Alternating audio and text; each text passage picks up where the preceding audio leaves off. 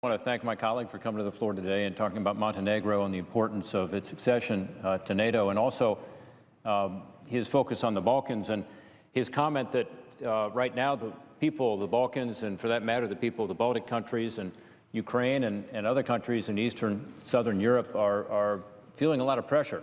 And I applaud him for working on a bipartisan basis over the last couple of years to help to push back against some of the disinformation and propaganda that is out there, primarily being promoted by Russia. In each of these countries, and I know my colleague, Senator Murphy, has visited these countries, but the first issue I hear when I go, whether it's a trip to Latvia recently or certainly Ukraine, even Poland, is this concern about this sort of unrelenting campaign of disinformation, as we call it. Maybe the old term would be propaganda. And we do need to stand up and be counted, and the new Department of Global Engagement, the State Department, is beginning to do that. I know you've had some meetings, I have too recently, where they're starting to get their feet on the ground and being able to allow people to see the objective truth. In other words, to sort of separate narrative from reality, to be able to ensure that we don't have an undermining of these great democracies, these fledgling democracies, many of them. So we're talking today, as my colleague from Nebraska did earlier, about the meddling in our own election here and the impact it's having on the level of trust in this country. This is true not just here, but in other democracies. And I appreciate him standing up and being counted on that issue. And then today, specifically helping Montenegro have the opportunity to develop its own institutions. And as you said, it's not perfect, but they've made progress, they've made reforms, and they have followed the directions that many of us have given them to enable them to be responsible members of NATO. So I thank him for being here today and talking about that. I'm actually standing up today about another issue as well, which is one that's a little closer to home, and that's about the importance of reading to our kids. It turns out that this month of March is designated as the Read Aloud month, and this group called Read Aloud is doing fantastic work around the country. They actually started in my hometown of Cincinnati, Ohio, so I'm a little biased about them. But what they're doing is incredibly important. It's about education, it's about the economy, and more importantly, it's about the lives of young people around the country and their ability to achieve their dreams, and it's about child literacy. Here's the information, and elementary schools and libraries are talking about this more and more back home. If you read to your kids when they're young, they have a much better chance of succeeding in life.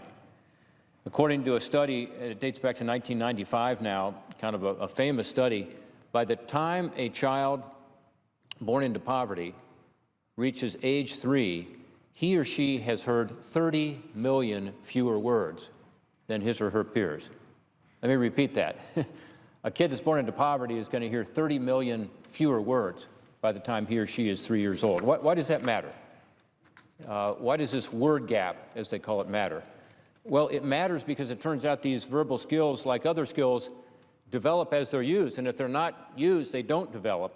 So a lot of kids who already have the challenge of growing up in poverty are also burdened with the disadvantage of not developing these verbal skills. That makes it harder for them to get good grades, harder for them to develop social skills, harder for them to get a good job, and again, to be able to live out their dreams. So, Mr. President, I know Washington, D.C. may be the only place on earth where 30 million sounds like a small number. But it's a big number. It makes a huge difference. And this word gap leads to an achievement gap later in life based on all the studies. Experts tell us a child's vocabulary is largely reflective of his or her parents' vocabulary.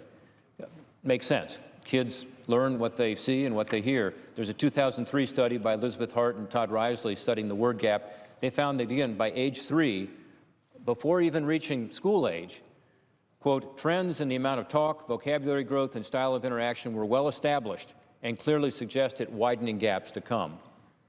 So having poor reading skills makes it harder to make a living, affects self-esteem, makes life more difficult in so many small ways. Think about this: unable to read a manual when you buy something, unable to read a list of ingredients, unable to read a newspaper to understand what's going on out there, to be online.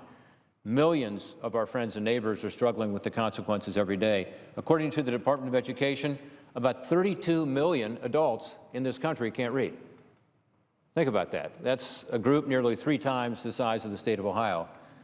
And to the presiding officer state, maybe 25 to 30 times the size of your state. 32 million.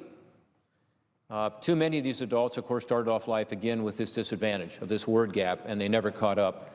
That's why this Read Aloud Month is so critical. Parents and other caretakers need to know that they can steer their children into a better direction, develop those vocabulary skills, and end this word gap just by reading aloud to them. Developing these skills is so important, it even affects the biology of the brain. There's a Dr. Zippy Horowitz-Krauss of Cincinnati Children's Hospital, a great institution in my hometown, one of the top 3 children's hospitals in the country, based on U.S. News and World Report. Anyway, he's an expert on this topic, and this is what he says, quote, "The more you read to your child, the more you help the neurons in the brain to grow and connect." So it's physiological. Dr. Kim Noble, a brain scientist at Columbia University, has found that this word gap actually translates into a brain size gap in the areas dealing with language. Dr. Dana Suskind of the University of Chicago has found that more than 80% of a child's brain development occurs by age 3, 80%. And the effects of the word gap are detectable on brain development in babies as young as 9 months old. These aren't children, these are babies. Dr. Suskind says that by reading aloud, quote, "every parent has the ability to grow their child's brain."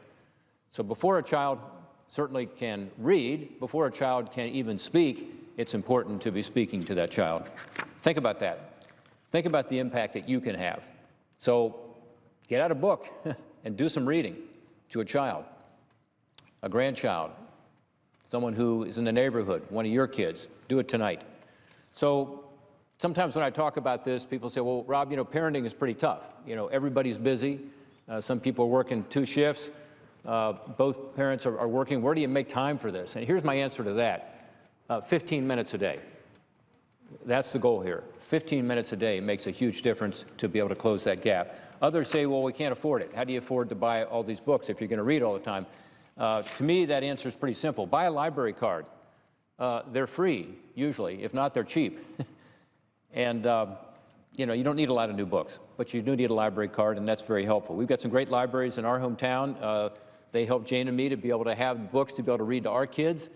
And I'm, again, very proud that Ohio has led on this issue. In 2008, this group, Read Aloud, was started in Cincinnati, Ohio. It's now become a national movement, has more than 10,000 grassroots partners, including daycare facilities, schools, libraries, health centers, Rotary clubs in all 50 states. So what can you do to help?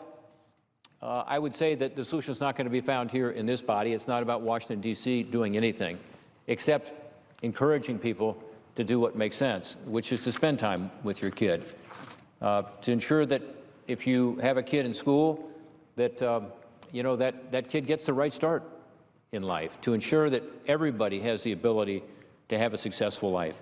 Senator Harris and I introduced a resolution about this recently in the United States Senate. It's called the Read Aloud Month Resolution. It encourages parents and caregivers to read to their kids for 15 minutes a day.